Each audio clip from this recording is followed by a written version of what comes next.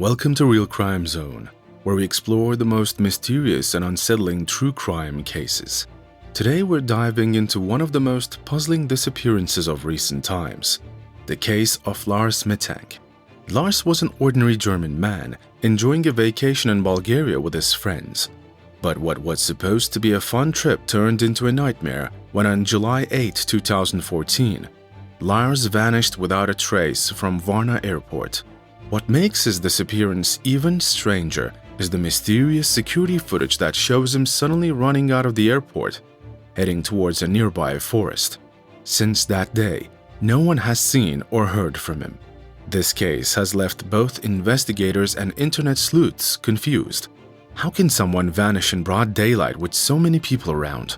Was he running from someone, or was something else going on inside his mind?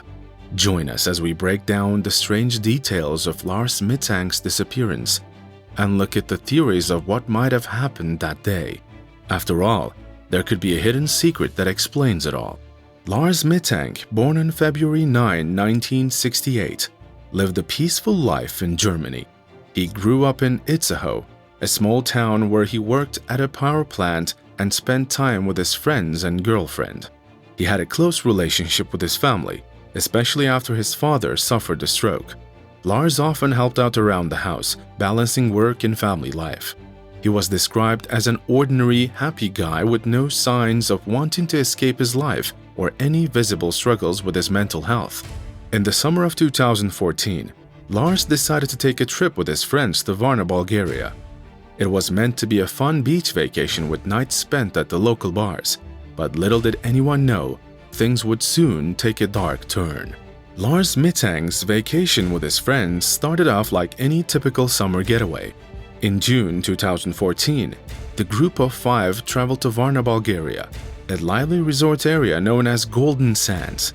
This destination, often referred to as the Ibiza of the Black Sea, is a hotspot for young people looking to party and have fun in the sun.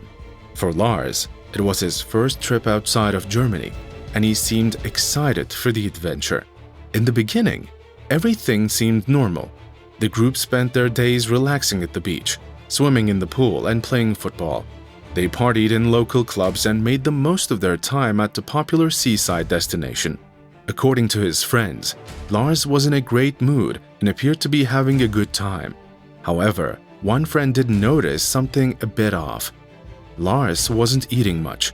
He'd only have a small bowl of soup or a salad, which was unusual, but nothing too alarming at the time. Things took a dark turn on July 6, 2014, just a day before they were set to fly back home.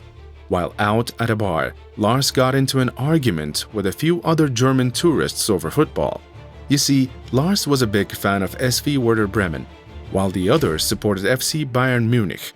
The disagreement escalated and Lars parted ways with his friends after they left the bar, disappearing for the rest of the night. The next morning, Lars returned to the resort and told his friends a disturbing story. He claimed that after leaving the bar, he had been attacked by 4 men, supposedly hired by the group he had argued with the night before. The attack left Lars with a ruptured eardrum and an injured jaw. Despite his injuries, Lars refused to seek further medical help and only accepted antibiotics prescribed by a local doctor. The doctor also advised him not to fly due to his ear injury, as the pressure from the flight could cause more serious damage. Hearing all this, Lars' friends were concerned and wanted to stay behind with him, but he insisted they stick to their original plan and fly home as scheduled on July 7. And so Lars promised he would be fine and said he'd catch a flight the following day once his ear had healed a bit. Reluctantly, his friends left him behind. After checking out of the resort with his friends, Lars booked a cheap room at the Hotel Color Varna, located near the airport. This is when his behavior started to become even more unsettling. While at the hotel, Lars called his mother, whispering that he felt unsafe. He claimed that people were trying to kill him and urged her to cancel his credit cards. The hotel's CCTV cameras captured Lars pacing up and down the hallways, acting nervously. He kept looking out of the windows as if he was afraid of someone was following him, and he hid in the elevators as if he was trying to avoid someone. But his paranoid behavior didn't stop there. At around 1 a.m., Lars suddenly left the hotel, only to return about an hour later. What he did during that time is still unknown. The following morning, Lars called his mother again, sounding even more panicked. He told her that the people who were after him were getting closer. Despite his frantic calls, there was no evidence from the hotel's cameras or anyone else that someone was chasing him. His mother, worried about his mental state, quickly booked him a flight back to Germany for that day, hoping he would be safe once he was back home. Unfortunately, Lars' story only becomes more mysterious from here. At one point, Lars asked his mother what was in the medication he had been prescribed, cefprozil. Paranoia is listed as a rare side effect of this drug, and it's possible Lars thought the pills were messing with his mind. He might have felt that these tablets were making him even more paranoid and causing him to believe someone was trying to hurt him. Unfortunately, his condition only worsened from there. Fearing for his safety, his mother advised him to head to the airport and see the doctor before flying home. Lars agreed, and the next morning he took a taxi to Varna Airport. During the taxi ride, the woman sharing the ride with Lars noticed something odd about him. She later mentioned that his pupils were dilated and he appeared very anxious, as if he couldn't get to the airport fast enough. It was clear that Lars was still deeply paranoid. Once Lars arrived at Varna Airport on July 8, 2014, he sent a text to his mother, letting her know he had made it there. Despite his relief in getting to the airport, Lars had no access to money, as he had previously asked his mother to cancel his credit cards. He called her again, asking her to send them 500 euros through Western Union. Although it's unclear why Lars needed that much money to get home, they agreed to sort it out. After this call, Lars followed his mother's advice and went to see the airport doctor. This was the moment that made things worse. Lars met with Dr. Costa Costow at the airport. The doctor described Lars as extremely anxious and constantly fidgeting with his hands. After examining his ear, the doctor advised him to avoid flying for another week due to his ruptured eardrum. He also offered pain relief, but Lars declined. The session with the doctor seemed to go on normally until something unexpected happened. Suddenly, a construction worker entered the room without knocking. The airport was undergoing renovations at the time, but the unexpected entrance startled Lars. He immediately became more paranoid, trembling and shouting, "I don't want to die here." It was almost as if he seemed convinced that the worker was part of the group that was after him. Although the doctor tried to calm him down, explaining that the man was just a worker and posed no threat, this didn't help. In a state of panic, Lars bolted from the medical office, leaving behind all his personal belongings including his wallet, phone, ID and credit cards. CCTV footage captured Lars running frantically throughout the airport. Witnesses saw him sprinting past other travelers who looked on in confusion, but no one knew what he was running from.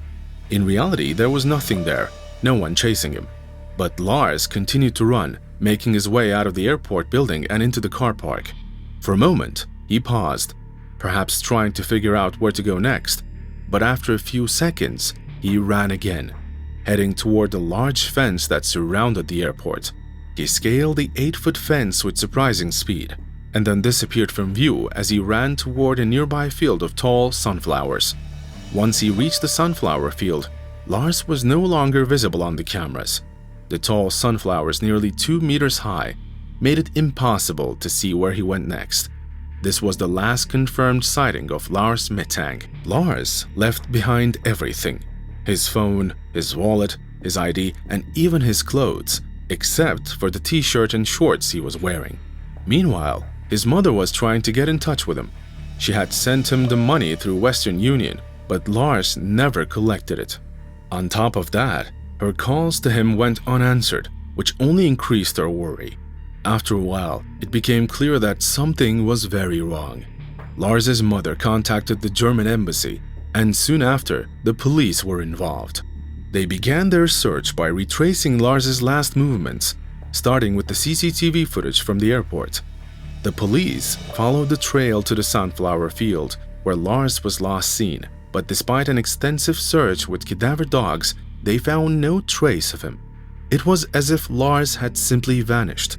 Desperate to find her son, Lars's mother traveled to Bulgaria to assist in the search efforts. Unfortunately, no new leads surfaced. There were no witnesses, no signs, and no clues as to what had happened to Lars after he entered the sunflower field. His mother, heartbroken and exhausted, stated, "It's like the earth swallowed him up."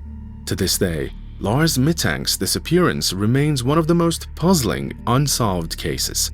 His erratic behavior in the days leading up to his disappearance continues to puzzle investigators, leaving everyone to wonder, what really happened to Lars Mittank? And so, like many unsolved cases, various theories start to come up. In the case of Lars Mittank, there were several possible explanations for his strange behavior and sudden disappearance. One idea is that his behavior could have been caused by a rare side effect of the antibiotic he was prescribed for his ear injury. The drug cefprozil has been known to cause hallucinations and paranoia in rare cases. However, the doctor who saw Lars said he never filled this prescription, which make this theory questionable. While Lars's mother had always maintained that her son had no history of mental illness, some experts have still suggested that Lars may have suffered from an undiagnosed mental health condition that led to his breakdown. Others believe it could have been triggered by a head injury from the fight Lars claimed he was in, though no one witnessed this fight. After Lars ran out of the airport in a panic, his fate remains unknown. His mother hired a private investigator who searched hospitals but found no trace of him. There were some reported sightings, like a truck driver who thought he saw Lars hitchhiking about a year after his disappearance, but none of these sightings were ever confirmed. Speaking of which, another theory suggests Lars might have found his way to a rural part of Bulgaria and started a new life. In some of these areas, technology like cell phones wasn't common at the time, so people there may not have seen any news about his disappearance. However, this theory seems far-fetched, considering Lars had a family, a girlfriend, and a good life back in Germany. Now, some believe that Lars may have died from exposure to the harsh Bulgarian summer weather. But if that's the case, why was nobody ever found? This raises more questions. But do you know that a darker theory exists suggesting that something more sinister happened? Some believe that there could have been a cover-up to protect the tourism industry in Bulgaria. Others think Lars may have been forced to be a drug mule, which could explain why he was so scared to fly home. It's been suggested that he was forced to transport drugs internally, and if something went wrong, it could have killed him. But again, there's no evidence to support this. One of the more chilling theories involves organ trafficking. Some speculate that Lars, being a fit and healthy young man, was targeted by a black market ring. This theory suggests that his sudden disappearance could have been linked to something far more sinister than anyone imagined. But despite all these theories and speculations, no one knows for sure what happened to Lars Mittank. His mother still holds out hope that he's alive, possibly suffering from memory loss. But as of 2024, no new evidence has come to light, and the mystery of his disappearance remains unsolved. Lars would now be in his late 30s, and his family continues to search for answers. Out of all these theories, which one do you think could be true? Share your thoughts in the comments below. Thank you for joining us on this episode. If you found this story compelling, please like, share, and subscribe to stay updated with our next in-depth investigations on Real Crime Zone. See you in our next video.